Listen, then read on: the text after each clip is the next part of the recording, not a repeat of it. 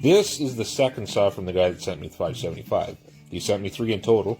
This one here is a 2012 372 XPG X-Torque. Unfortunately for him, he really got taken for a ride on this thing. It was sold to him as a saw that was in really good condition, that needed nothing, and was supposed to run really good. It does start first pull. I will give it that, but this thing's had a pretty hard life. First thing I noticed, this brake flag is actually for an OE 372. You can't actually release it without pushing down on the top cover. This wrap handle is also for an OE. This is not an X-Torque part, and it is not a heated wrap. The tank's been changed. Again, it is a non-heated tank. It is an OEM tank, but it is not heated. Cracked clutch cover, a little bit of damage here, a little bit of damage on the recoil.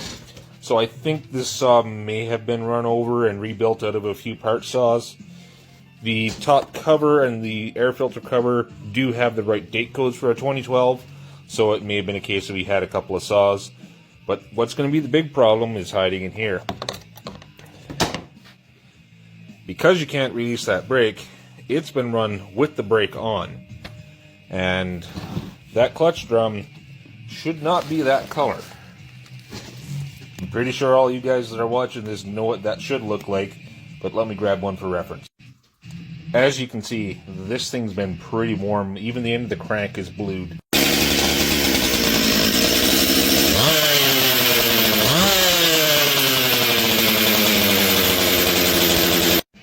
That very lazy return to idle tells me we've got a serious air leak problem. Both screws are turned out to the max the limiters will allow on it, and it also is not oiling, so I think we've got some oiler parts that are melted.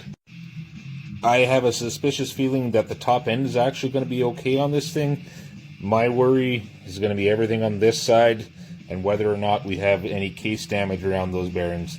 Pretty sure the air leak is going to be at this crank bearing, possibly the other one too, because this should be a plastic cage bearing saw. Hopefully the cases are not damaged. If you run it with the brake on for what little bit it still does, it will actually bring the saw back to idle like normal, so it doesn't run on like that. And I can totally see where he was fooled into thinking this thing actually ran the way it was supposed to.